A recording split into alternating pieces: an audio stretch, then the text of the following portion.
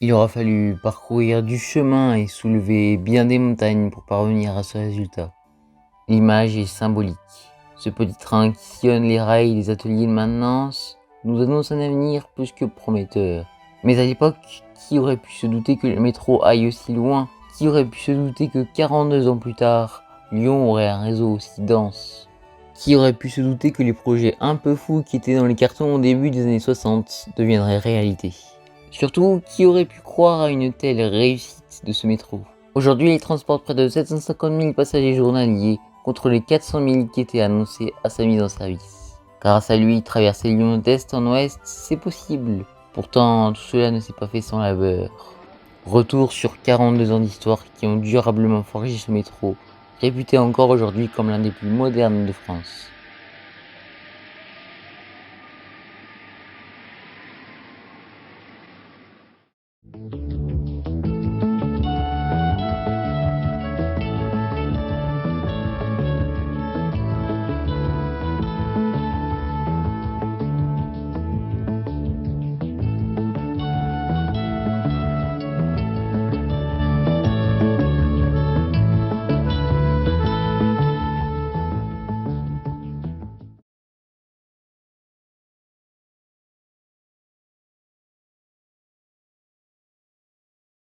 À Lyon, au début des années 1960, les nouvelles ne sont pas très bonnes. Les tramways de l'OTL viennent de stopper leur circulation, pour cause des rails et des câbles électriques aériens qui gênaient de plus en plus les automobiles, à l'époque en plein développement. L'automobile avait d'ailleurs pour conséquence de réduire drastiquement la fréquentation de ces tramways. Avec la fin de ce service commercial, le réseau d'autobus et de trolleybus se retrouve surchargé. Le défi est colossal. Partager la voirie avec les voitures, tout en n'étant pas prioritaire. Des lignes comme la ligne 7 se retrouvent très rapidement saturées, voire même impraticables en heure de pointe. Aux heures de pointe, il y a des retards de combien de temps? Oh, les retards de 30 minutes sont courants. 30 minutes, c'est courant, vous voyez, surtout là, il y a de plus en plus de travaux, des problèmes de circulation d'année en année, d'ailleurs. Très rapidement, 2 ou 3 ans après mon arrivée, j'ai commencé les études de trafic intersecteur dans l'agglomération, pour voir s'il y avait le débit correspondant à un métro. J'ai questionné mes collègues du génie civil pour voir si c'était faisable. J'ai commencé tout seul, dans le scepticisme amusé de mes patrons. Le 21 janvier 1963 se tient une réunion en présence du maire de Lyon, Louis Pradel, de la Jeune Chambre économique, mais aussi des comités d'intérêt local. Bref, que des personnalités importantes. À l'occasion de cette réunion, on sort les arguments en béton. Des études de faisabilité ont préalablement été menées par des ingénieurs de génie civil. Tout est prêt pour démontrer l'intérêt essentiel d'un métro à Lyon. Le feu vert est alors donné, cette fois-ci pour des études préliminaires, bien plus concrètes donc. À un jour de l'année 1965, alors que le ministre des Transports est en visite à Lyon, René Waldman est invité à présenter ce projet et les études qu'il a menées. Le préfet m'a reçu à 18 h dans son bureau pour que je lui commente cette étude. Le ministre m'a félicité et m'a dit « C'est ça qu'il faut faire, lier transport et urbanisme. Bravo !» Après cela, j'étais sûr du coup. L'idée était partie. Il y avait le lobbying local, l'appui de Pradel et du ministre. Que vouliez-vous de plus ?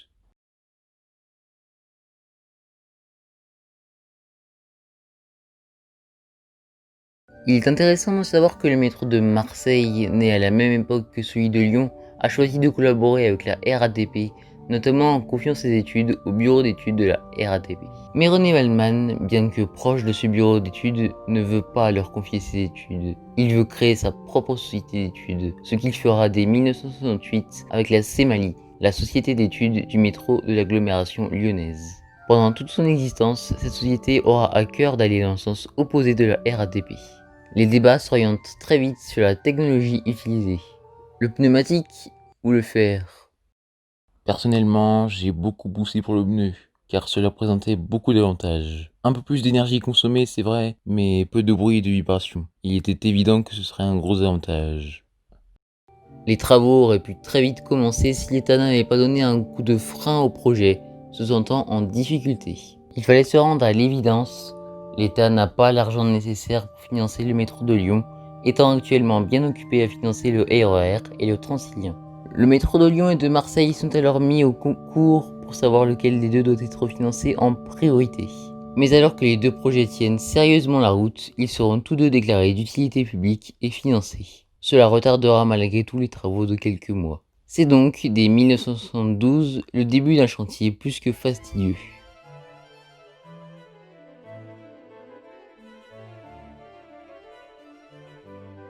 Tout d'abord, il faut remonter à l'année 1972 sur le chantier du futur centre commercial de la Part-Dieu.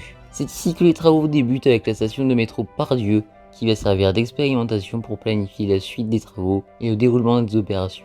Ce chantier va notamment permettre de déterminer comment les tranchées doivent être creusées, mais aussi comment les stations doivent être construites et décorées. Un chantier qui sera simplifié par le fait que le centre commercial de la Part-Dieu n'est pas encore monté, ce qui sera libre au cours aux ouvriers pour construire la station. À partir de 1973, tout le long du tracé entre Perrache et Villeurbanne, les rues sont éventrées. Les avenues sont transformées en cours d'eau à cause des nappes phréatiques. Les commerçants se trouvent plus qu'impactés économiquement. Et les nuisances sonores sont démentielles. Ces chantiers provoqueront malheureusement quelques accidents graves et quelques décès. Les travaux marqueront durablement Lyon. Le choix des tranchées comme méthode de creusement n'était cependant pas bête, puisque cela aura permis, en plus d'implanter le métro, de retravailler l'urbanisme des rues et avenues traversées par la ligne. Voilà pourquoi le projet de René Waldman et de sa Semali séduisait autant. C'est la portion entre la station QC et les ateliers de maintenance de la Poudrette qui sera terminée en premier. En effet, elle doit permettre de recevoir et de tester le matériel roulant de la ligne au plus vite.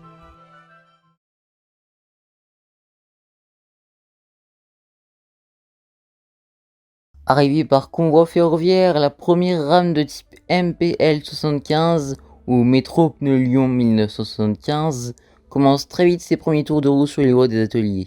Les dimensions de ces rames sont très généreuses. 2,90 m de largeur contre 2,45 m à Paris. Cette largeur, René Waldman y tenait absolument. Il avait d'ailleurs demandé à ce que les rues et avenues sur le parcours de la ligne soient étudiées afin d'obtenir la largeur maximale possible, soit 8,50 m, quai et rames inclus. Alors je me rends compte au montage que cette explication n'est pas très claire. En fait, René Waldman a demandé à ce que toutes les rues et avenues que la ligne traversera d'être étudiées. Et du coup, c'est la rue Victor Hugo qui avait la plus grosse largeur, qui était à 8,50 m. Du coup, ça les a aidés pour dessiner le gabarit du métro. Et quand je dis rame et quai inclus, c'est que tout doit être inclus dans la largeur. Les stations doivent pouvoir rentrer dedans et les tunnels aussi. Voilà, j'espère que c'est un peu plus clair avec ce schéma qui est réalisé par moi. Le confort de ce matériel est plus qu'optimal. Ce qui surprend surtout la presse de l'époque, c'est d'abord ces banquettes qui offrent 4 vraies places en Sky Orange. Le client pourrait presque se croire chez lui. La livrée extérieure orange des trains restera pendant longtemps le symbole du métro lyonnais. Alors que les premiers essais s'avèrent plutôt positifs, René Waldman et ses équipes ont une idée. Et s'ils organisaient des journées portes ouvertes pour permettre aux Lyonnais de découvrir leur futur métro? L'idée était lancée, la première journée s'organise en 1976 dans des stations tout juste terminées. Très vite, le public est au rendez-vous pour tester ce nouveau moyen de transport. Les retours positifs pleuvent. Alors monsieur, qu'est-ce que vous pensez de ce premier voyage? Je trouve que c'est très silencieux et il n'y a pas de vibration pour ainsi dire. Pour l'instant c'est parfait, il faudrait que toute la ligne soit rapidement mise en service. Magnifique, on ne peut pas dire mieux. Je crois que vraiment le confort tout y est. Il est indéniable que la largeur et le confort de ces métros lui apportent un sacré luxe par rapport au métro parisien. Ces journées portes ouvertes se renouvelleront plusieurs fois entre 1975 et 1978, toujours avec le même succès. Le métro lyonnais séduit avant même d'être mis en service.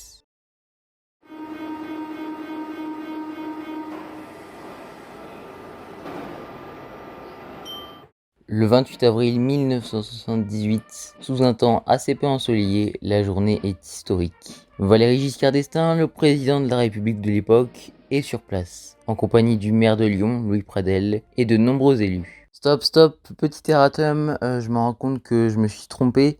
Il ne s'agit pas de Louis Pradel, puisque Louis Pradel est décédé en 1976. Du coup, voilà, ça ne peut pas être lui. Il s'agit de son successeur, Francis Colomb, qui est maire depuis la mort de Louis Pradel en 1976. Voilà.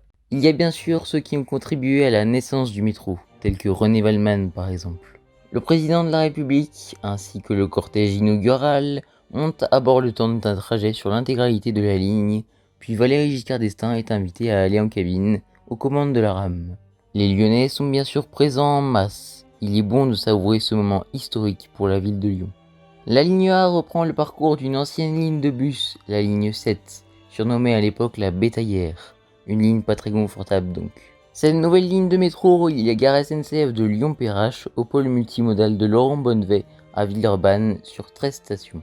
La ligne possède également une petite antenne pour desservir la Part-Dieu, antenne qui se débranche à la station Charpennes-Villeurbanne. Il existe également depuis 1974 la ligne C, qui reprend simplement le parcours du funiculaire de Croix-Paquet à la Croix-Rousse, qui aura circulé de 1895 à 1972. Cependant, lorsque la ligne a été convertie en métro en 1974, elle a été prolongée jusqu'à Hôtel de Ville pour avoir une correspondance avec la nouvelle ligne A. 32 rames MPL 75 composent le parc des ateliers de la Poudrette, numéroté entre 601 et 632. Pour des raisons superstitieuses, c'est la rame 608 qui arrivera en premier aux ateliers en 1975. Pour la petite anecdote, la rame 632 avait été prévue pour 4 caisses. Mais les trottoirs de manœuvre n'étant prévus que pour 3, il a fallu sacrifier une des remorques, en l'occurrence la 708, qui servira dans un premier temps pour transporter des équipements, puis qui sera ferraillée à Culose, faute d'utilité. Ce que découvrent les Lyonnais lors de la mise en service de ce métro, c'est un métro sans portillon d'accès ni tourniquet. À l'époque, on fait encore confiance aux usagers pour valider leur titre de transport, chose impensable pour la RATP, déjà envahie par la fraude. Un an après son ouverture, le bilan du métro est plutôt positif. Près de 140 000 voyages sont effectués quotidiennement. Le métro occupe un quart de la fréquentation du réseau TCL. Mais René Waldman et sa Cémaline n'attendaient pas de connaître ce bilan. En effet, depuis 1978, une deuxième phase de travaux a d'ores et déjà commencé en souterrain.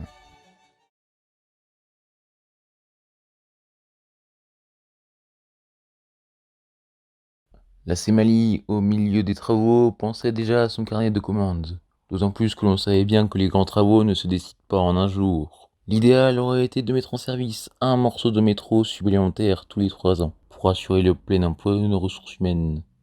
De toute évidence, la petite antenne de la ligne A ne peut pas se limiter à la Part-Dieu. Elle doit devenir une ligne à part entière et aller jusqu'à la place Jean Massé, bien qu'il n'y ait pas encore de gare à cette époque. Sur 1,5 km, 3 nouvelles stations voient le jour. Place Guichard, Saxe-Gambetta et Jean Massé. Le prolongement est inauguré en 1981 et très vite mis en service. Cette deuxième phase de travaux inclut également un projet pour la ligne C, un prolongement jusqu'à Cuire qui sera l'une des rares stations aériennes du métro avec Croix-Paquet. Ce prolongement rajoutera 2 stations à la ligne C, et Cuire. Prolongement qui sera opérationnel dès décembre 1984. A noter que depuis 1980, 5 rames de type MCL80 sont arrivées sur la ligne et ont remplacé ces 3 magnifiques motrices à crémaillère rouge.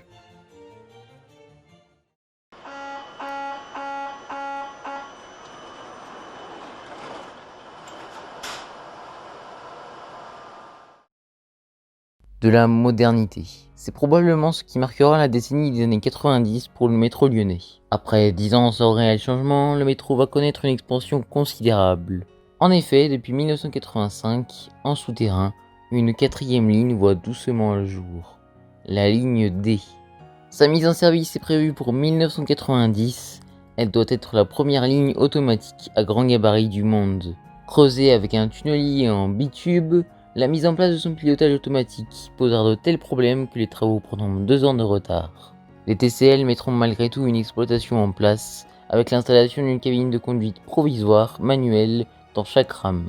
Cette situation durera du 4 septembre 1991 au 31 août 1992, date où la ligne sera complètement automatisée après des travaux pendant tout l'été 92.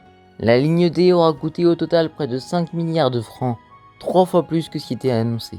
Pour l'occasion, des nouvelles rames de type MPL 85, Métro Pneu Lyon 85, sans conducteur, arrivent à Lyon. Elles sont orange à l'extérieur et tout à fait élégantes à l'intérieur. Pendant toute la période de conduite manuelle de la ligne, c'est-à-dire jusqu'en 1992, la ligne relie le pôle hospitalier de Grange-Blanche à la gare SNCF de la Gorge de Loup, c'est-à-dire sur 9 stations. Le 11 décembre 1992, la ligne est prolongée de Grange-Blanche à la gare de Vénissieux, sur une portion qui n'était pas encore terminée lors de l'inauguration officielle, mais qui permet pourtant aux rames de rentrer aux ateliers du Thiolet. En ce qui concerne la tranche ouest de la ligne jusqu'à la gare de Vèze, Elle ne sera ouverte qu'en 1997. Le tracé de la ligne D reste inchangé depuis ce jour.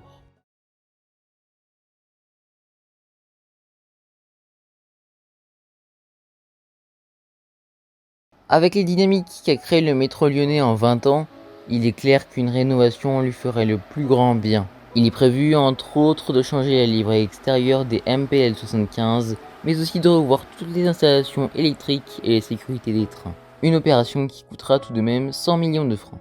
Mais lorsque la première rame prototype est présentée aux élus en 1994, la numéro 603, il y a quelque chose qui cloche sur la livrée extérieure. Force est de constater que cette bande grise en bas du train fait mal figure. Il sera donc ordonné de supprimer cette bande grise des plans de rénovation. Cette grande restauration s'étalera de 1998 à 2002, le temps que les 32 rames y passent. Le changement le plus notable est le passage d'un métro orange à un métro blanc et rouge. Les stations voient également leur décoration changer quelque peu. C'est la fin du tout orange dans le métro lyonnais, couleur regrettée par tant de personnes, moi y compris. L'intérieur des rames est aussi légèrement modifié de façon à être plus lumineux. Les sièges deviennent alors bleu corail. C'est également en 1998 que les premières journées portes ouvertes ont lieu aux ateliers de la Poudrette. L'occasion pour ceux qui n'avaient pas encore eu le temps de le faire, de découvrir de plus près leur métro. Une deuxième journée porte ouverte sera organisée aux ateliers en 2005. Depuis, ils sont ouverts au public chaque année lors des traditionnelles journées du patrimoine.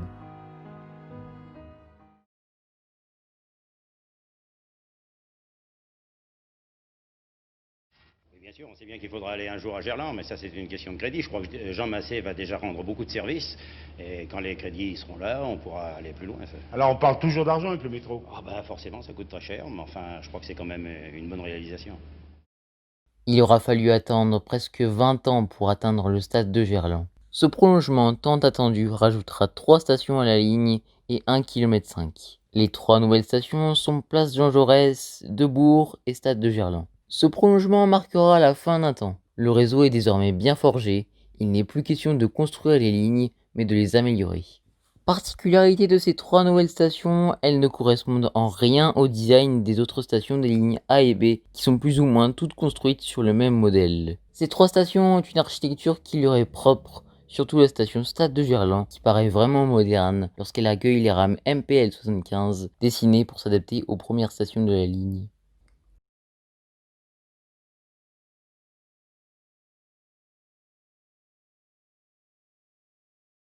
Je vous le disais tout à l'heure, en 1978, lorsque les Lyonnais découvrent leur métro, il n'y a aucun portique d'accès ni tourniquet. Seuls des valideurs orange sont présents sur les quais que les gens pensent à valider. Pourtant, cette validation est obligatoire. Face à l'expansion du réseau de ces dernières années et à une situation de plus en plus complexe, une expérimentation est menée pour la première fois en 2005 à la station Masséna, la pose des premiers portillons d'accès. Très vite, ces portillons s'avèrent comme étant un véritable succès. Ils seront généralisés dans toutes les stations entre 2005 et 2007 et ne seront jamais enlevés.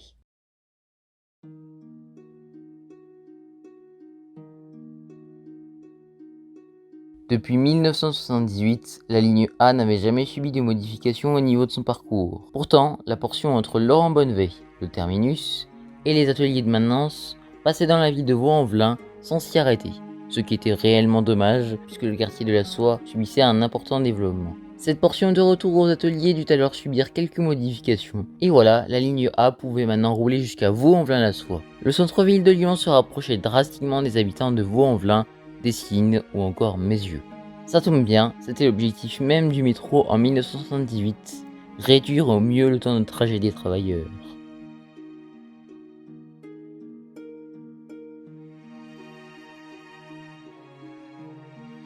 La desserte d'Oulin marque un tournant dans l'histoire du métro lyonnais.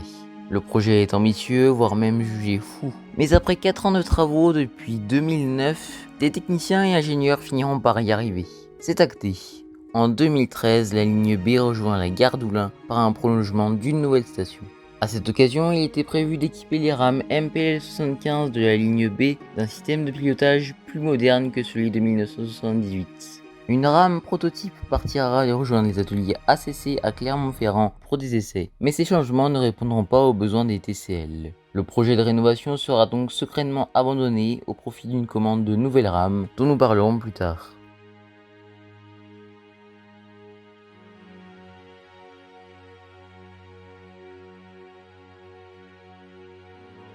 Depuis 1998 et la rénovation complète des MPL 75, aucun changement visuel drastique n'avait été opéré sur le réseau, à part les portillons d'accès.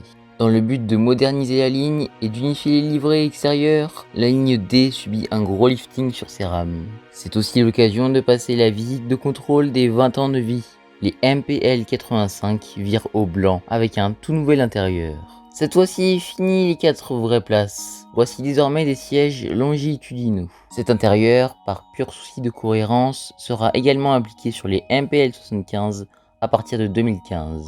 Il n'y a aujourd'hui que les MCL 80 qui possèdent encore des banquettes de sièges comme ceci.